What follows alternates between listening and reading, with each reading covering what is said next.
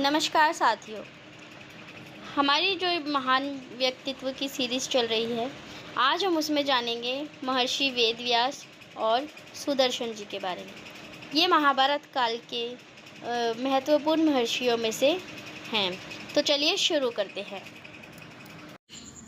महाभारत काल के महर्षि। आपने महाभारत का नाम सुना होगा। महाभारत की कथाएं अत्यधिक लोकप्रिय हैं। शायद आपने दूरदर्शन पर इसको देखा भी होगा। महाभारत जैसे महाकाव्य के रचयिता महर्षि वेदव्यास थे। तो सबसे पहले हम जानते हैं महर्षि वेदव्यास जी के बारे में। महर्षि वेदव्यास का जन्म यमुना नदी के किनारे एक छोटे से द्वीप में हुआ था।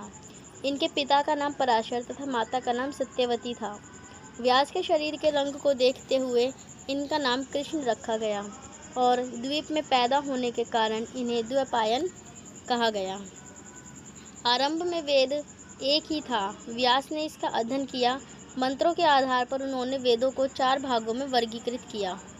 इस प्रकार ऋग्वेद, यजुर्वेद, सामवेद और अथर्ववेद 4 वेद हो गए। व्यास जी ने वेदों को नया स्वरूप इसलिए दिया, वे वेदव्यास कहलाए। महर्षि वेदव्यास विद्वान और तपस्वी थे। इनका सबसे महत्वपूर्ण ग्रंथ महाभारत है। महाभारत में 18 पर्व है। महाभारत को 5वां वेद भी कहा जाता है। महाभारत की रचना उन्होंने लोक कल्याण की भावना से की थी। कहा जाता है महाभारत को लिखने के लिए गणेश जी से कहा गया। गणेश जी ने कहा, मेरी एक शर्त है, मेरे लिखते समय मेरी लेखनी रुकने न पाए। यदि यह रुक गई तो मैं लिखना बंद कर दूंगा। व्यास जी ने कहा, ठीक है। उन्होंने इस तरह के श्लोक बोले कि जितनी देर में गणेश जी श्लोक को समझ करके लिख पाते, उतनी देर में व्यास जी अगला श्लोक सोच लेते।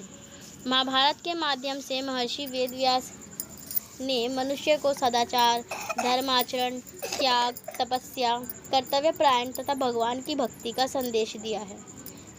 इस ग्रंथ द्वारा वेदव्यास जी ने यह बताया है कि मनुष्य कठिनाइयों का सामना किस प्रकार कर सकता है और उन पर विजय कैसे प्राप्त कर सकता है।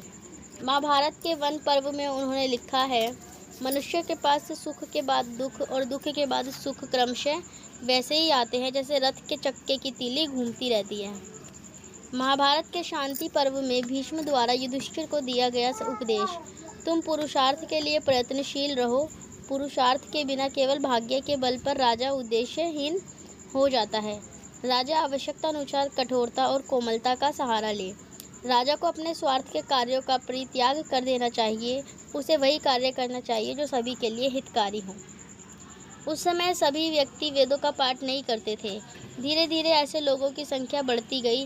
व्यास ने विचार किया, बहुत संख्या में लोग भारत की संस्कृति से अनजान हैं।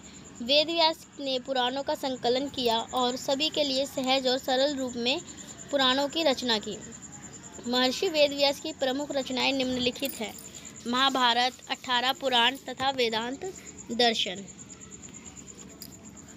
अष्टादश पुराणेषु व्यासस्य वचनद्वयं परोपकाराय पुण्याय पापाय परपीडनम्। 18 पुराणों में व्यास जी के द्वारा 2 महत्वपूर्ण बातें बताई गई हैं। परोपकार से पुण्य एवं दूसरे को पीड़ित करने से पाप की प्राप्ति होती है। महर्षि सुपंच सुदर्शन। महाभारत काल में ही महर्षि वेदव्यास के साथ महर्षि सुपंच सुदर्शन का नाम भी लिया जाता है।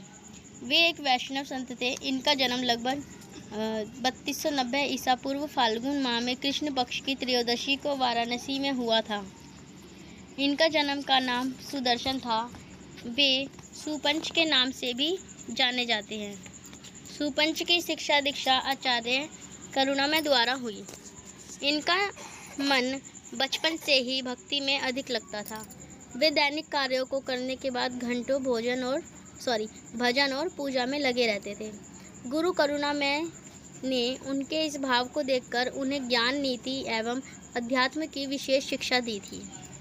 विद्या प्राप्त करने के बाद सुपंच सुदर्शन भक्ति और सत्य की खोज में लग गए। दीन असहायों की सहायता और साधु सेवा को उन्होंने अपने जीवन का परम उद्देश्य बना लिया।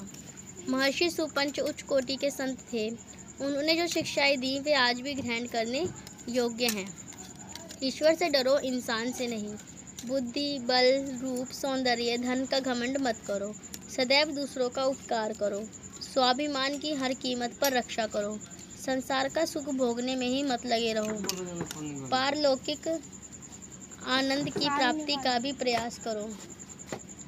महर्षि सुपंच सुदर्शन के आराध्य देव भगवान श्री कृष्ण थे। इनका सारा जीवन परोपकार को ही समर्पित था। दीन दुखी व असहाय जन उनके पास शरण पाते थे।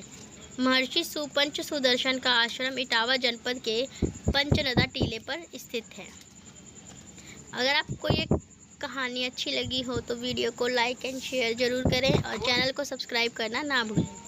हर हर महादेव।